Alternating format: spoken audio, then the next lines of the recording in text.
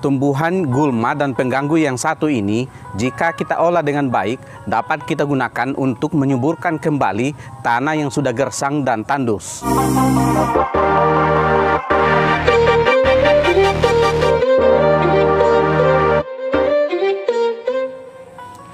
Halo teman-teman, kita jumpa lagi bersama Alam Organik.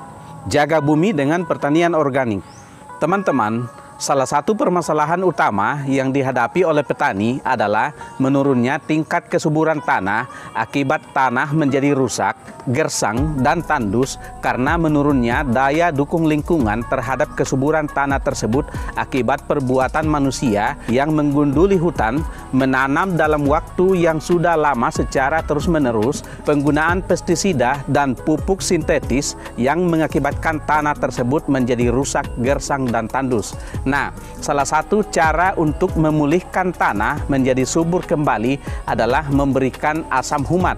Asam humat adalah pembenah tanah organik yang dapat kita hasilkan dari berbagai bahan organik yang ada di sekeliling kita. Salah satunya adalah eceng gondok yang sering dianggap sebagai tumbuhan gulma yang dibenci oleh sebagian petani.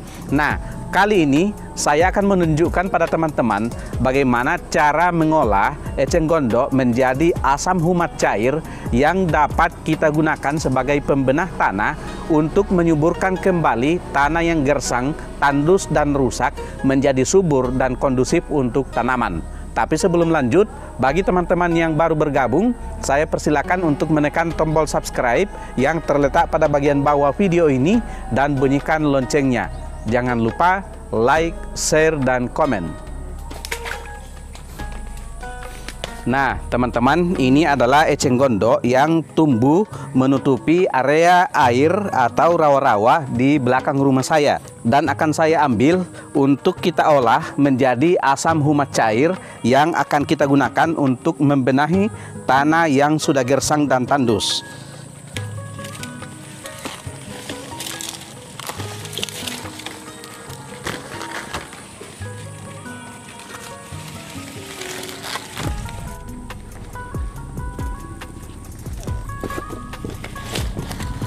Nah, teman-teman, inilah eceng gondok yang sudah saya ambil di rawa-rawa di bagian belakang rumah saya dan sudah siap untuk saya olah menjadi asam humat cair yang dapat kita gunakan untuk menyuburkan kembali tanah yang sudah rusak atau gersang atau tandus.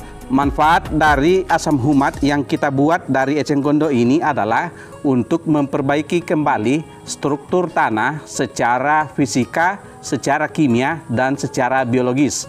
Secara fisika, asam humat ini dapat menggemburkan kembali tanah yang sudah padat dan keras sehingga dapat menjadi kondusif kembali untuk kita tanami.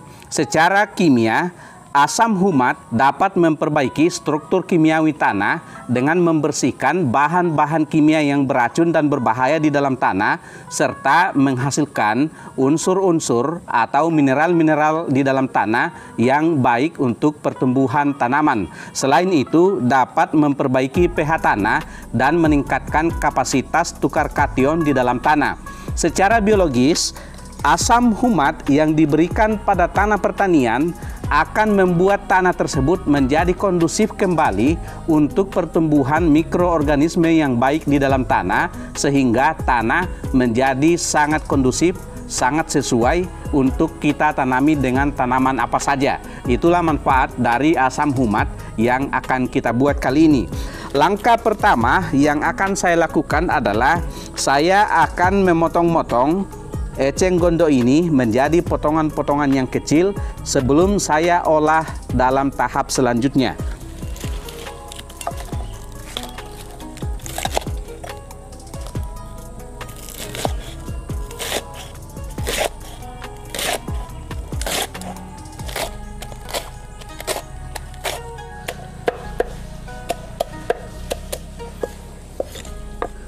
Nah, eceng gondoknya sudah saya potong-potong dan supaya lebih halus lagi, eceng gondok ini akan saya tumbuk.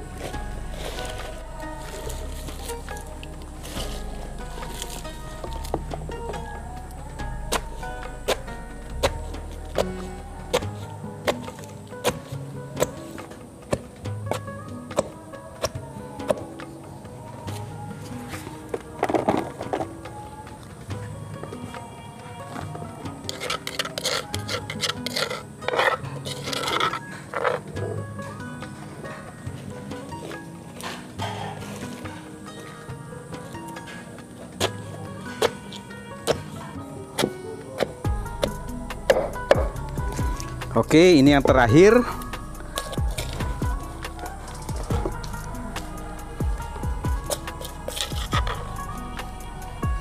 Ini juga kita tumbuk, tidak sampai halus sekali. Cukup kita hancurkan sedikit. Sekarang sudah selesai kita tumbuk.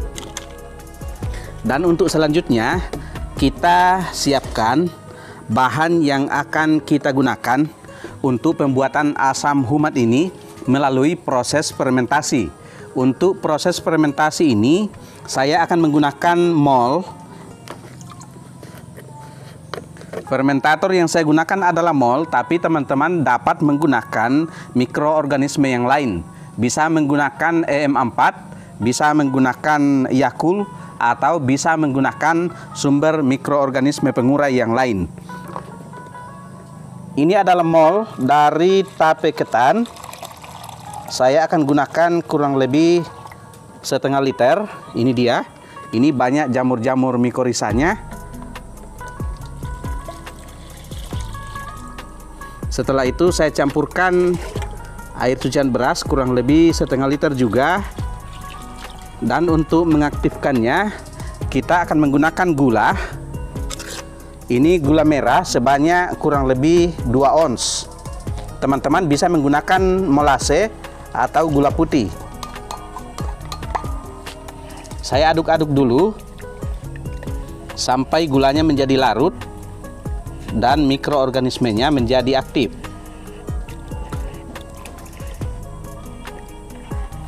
Selain fermentator atau dekomposer ini, kita juga akan menggunakan cairan lain seperti air cucian beras. Ini ada air cucian beras kurang lebih 4 atau 3 liter ini.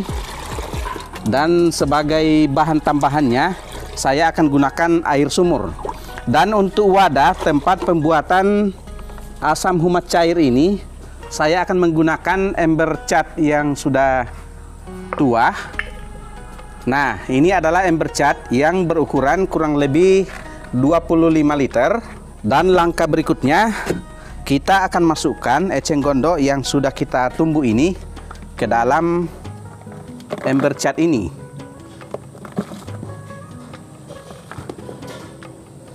Eceng gondok ini beratnya kurang lebih 3 kg. Atau mungkin lebih ya. Lebih atau kurang itu tidak masalah. Nah, ini terisi sampai kurang lebih setengah bagian dari ember ini. Dan kita tunggu sedikit sampai kurang lebih 20 menit setelah pencampuran mikroorganisme ini atau mol ini dengan gula. Bisa sambil diaduk-aduk agar gula merahnya larut. Nah, setelah mikroorganismenya cukup aktif, sekarang kita masukkan ke dalam ember yang berisi eceng gondok yang sudah dihaluskan. Gula merah yang belum hancur tidak apa-apa, dimasukkan saja. Setelah itu kita masukkan air cucian beras. Ini air cucian berasnya kurang lebih 3 liter.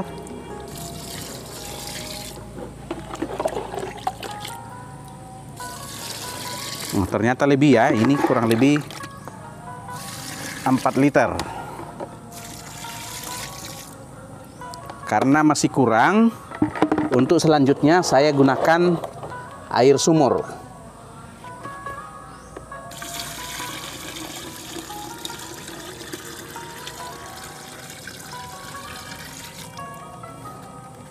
Kemudian kita aduk-aduk.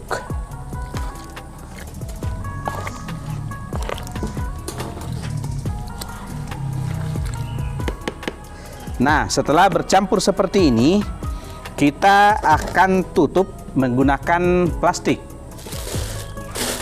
Ini kita tutup menggunakan plastik. Kemudian kita ikat dengan karet.